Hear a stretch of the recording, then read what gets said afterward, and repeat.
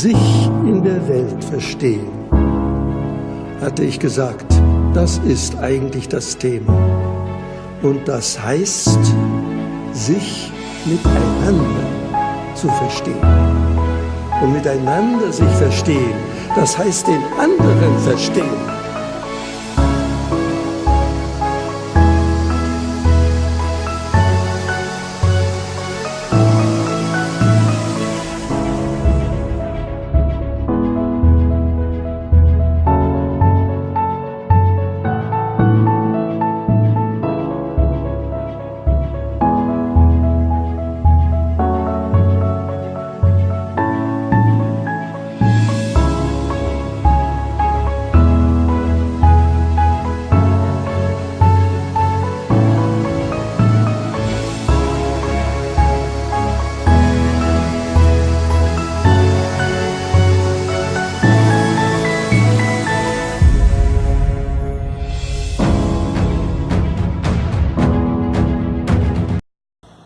Buenas tardes, señor Gadamer, es un placer para mí estar aquí.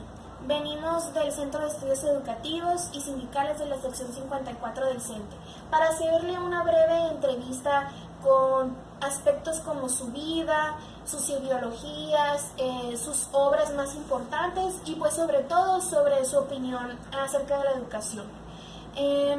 Esperemos que sea una charla enriquecedora y pues muchas gracias por recibirnos aquí en su casa en Alemania y pues no me resta nada más que decirle danke.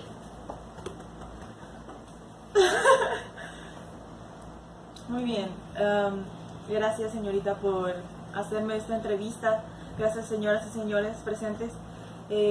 Yo sé que soy un anciano achacoso, no deben esperar de mí más que poca productividad a estas alturas en mi sabiduría.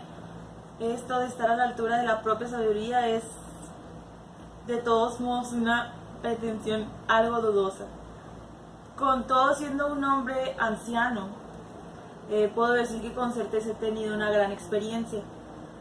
Pero la verdad es que mi actitud frente a ustedes, los jóvenes, que tienen una actitud curiosa, no lo sé, es tanto que quiero aprender de ustedes. Empezar con las preguntas. Primero quisiera saber un poco sobre su vida. ¿En dónde y cuándo nació?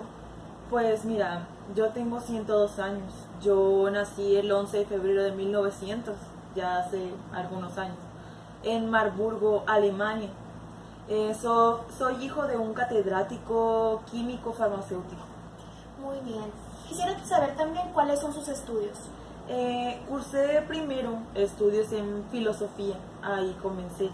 Después me fui a la filología clásica, de ahí continué a la historia del arte, literatura, teología, en las universidades de aquí de mi natal Alemania, entre algunas están aquí Marburgo y otras ciudades.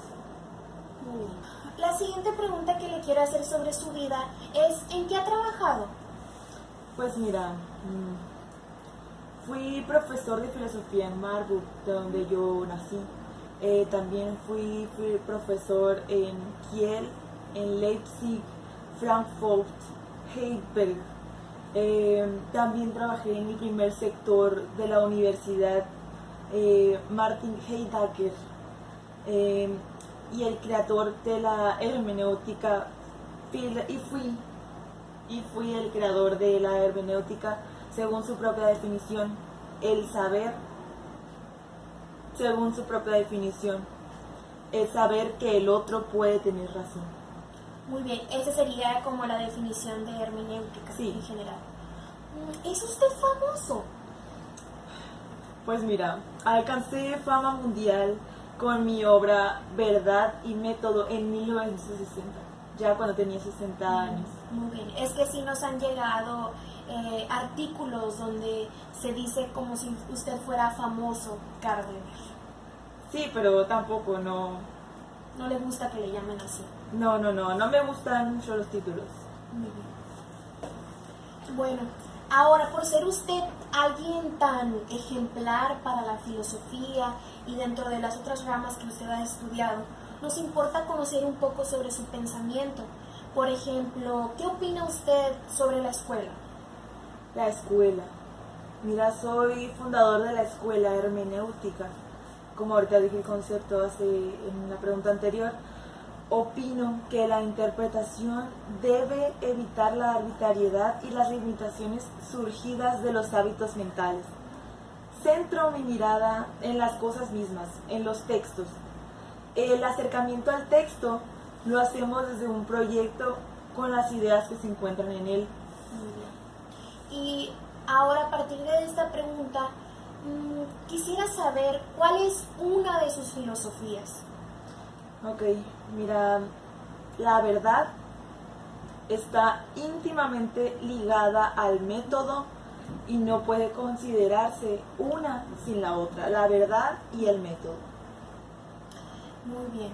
Ahora, estábamos hablando hace unos minutos sobre la definición de hermenéutica, pero quisiera tener una definición en claro sobre lo que significa hermenéutica o qué es lo que permite la hermenéutica. Pues mira, resumiéndolo en una sola frase, la hermenéutica es aquella que permite comprender la experiencia de la verdad como al ser llega al conocimiento de la verdad. Ahora, quisiéramos saber un poco sobre sus obras más importantes que usted ha hecho a lo largo de este tiempo, de este largo tiempo. ¿Cuál ha sido uno de sus trabajos o publicaciones con más auge sobre las demás? Es decir, el libro más importante en su carrera, en su larga carrera. Pues mira, todos mis trabajos los considero importantes porque cada uno los escribí con mucho aprecio, pero considero que uno de los más importantes es el de verdad y método, elementos, una herramienta filosófica. Este lo publiqué en 1960, me parece, y donde se marcan los parámetros de la hermenéutica, que es el arte de interpretar textos. Ahí hablo de los textos como hablé anteriormente.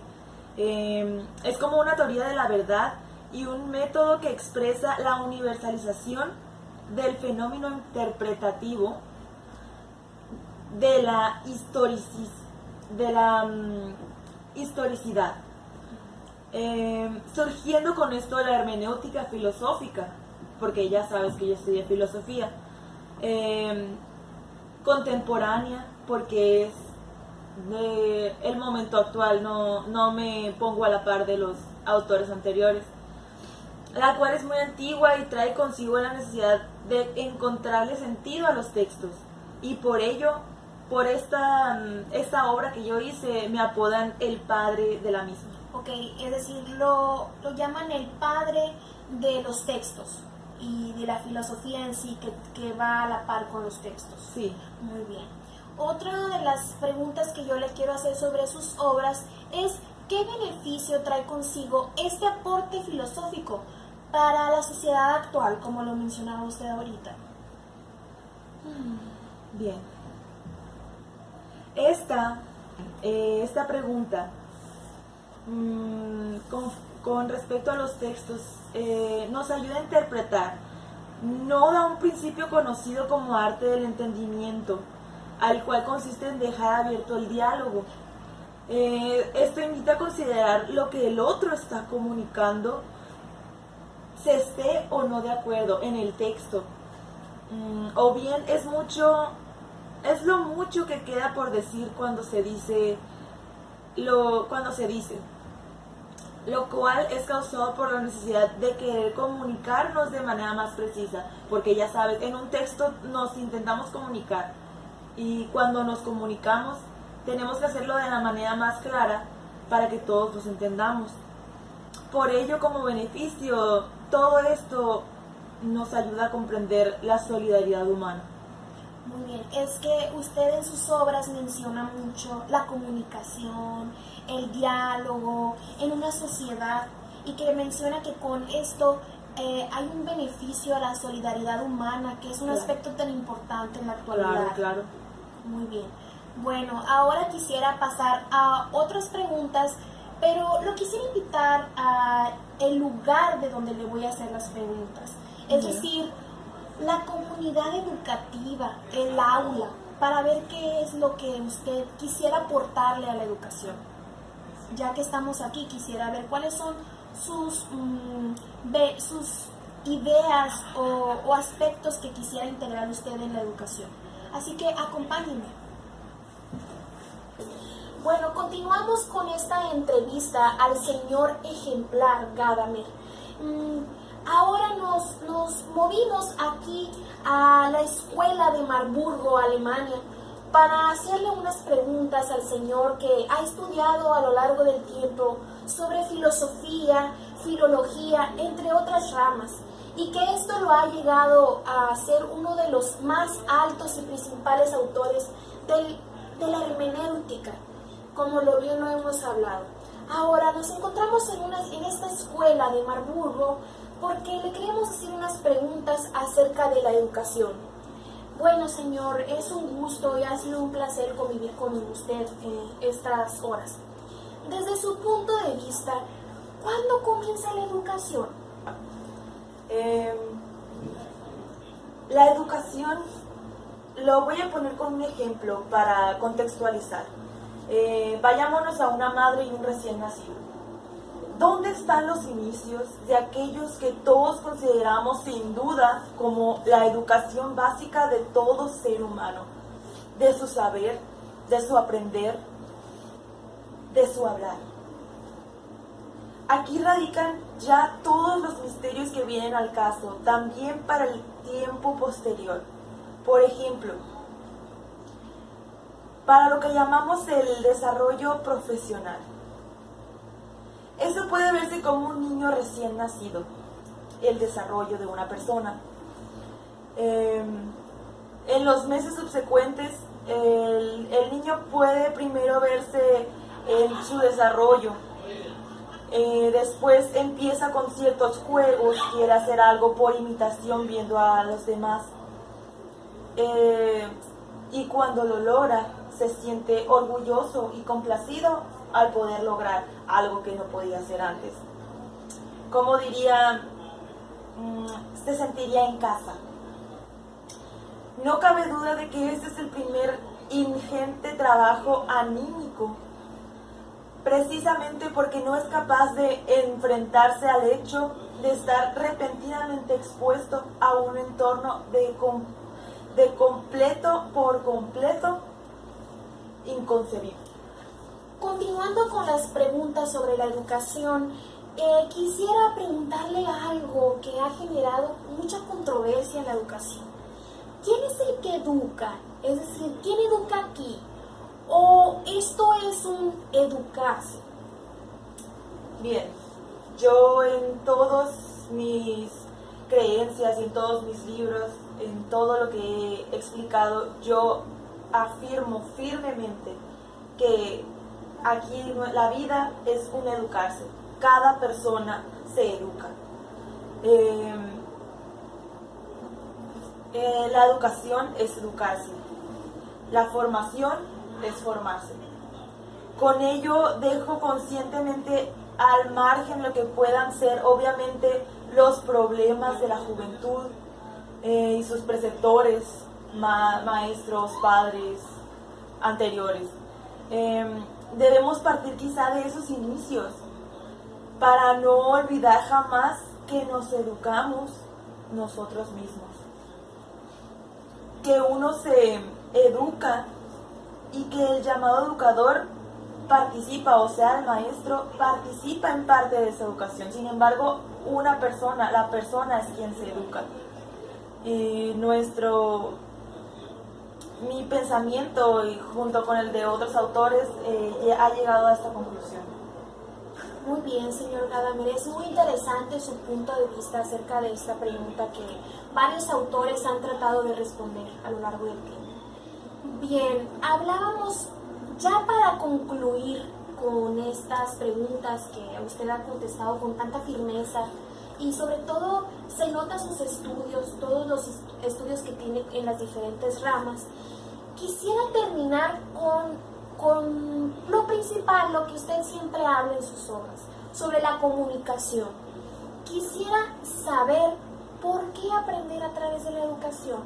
Y ya con esto concluiríamos esta ronda de preguntas que hemos hecho al señor Gadamer. Bien, aprender a través de la comunicación. El lenguaje se realiza simplemente por conversar. Lo que verdaderamente importa en cuanto al lenguaje es ofrecer a los estudiantes los elementos necesarios para desarrollar la capacidad de enmendar sus carencias de saber. A través de su propia actividad, él lo va a hacer, él va a hablar, él va a escuchar. Se trata de formar en los sujetos la fuerza de vinculación con los demás. Ahí viene otro tema que yo hablo mucho, la socialización. La sobrevivencia del género humano depende de este aprendizaje mutuo por medio de la conversación y a través de la socialización. La educación simplemente es un proceso social. Muy bien, señor Gadamer. Pues cerrando con esta entrevista, en un día tan nublado aquí en Alemania que nos ha recibido con las puertas abiertas y sobre todo usted, señor Gadamer, es un privilegio para mí estar aquí y pues muchas gracias, a pesar de sus 102 años, a pesar de todos sus años y los años que ha recorrido y todo, es muy interesante ver cómo una persona como usted tiene tanto conocimiento y tanto interés por la educación. Ya no todos los filósofos de hoy en día se interesan por un aspecto como la educación. Muchísimas gracias por recibirnos y esperemos venir de nuevo aquí a Marburgo. Gracias a ustedes y gracias a todos los que vinieron a escuchar un poco sobre lo que yo afirmo, he afirmado a través de los años. Muy bien, entonces quisiera también dar las gracias a las personas que van a ver esta entrevista. ¿Cómo se dice gracias en alemán? Se dice danke. Muy bien, entonces hay que decirles, por favor, al público. Muy bien. Danke.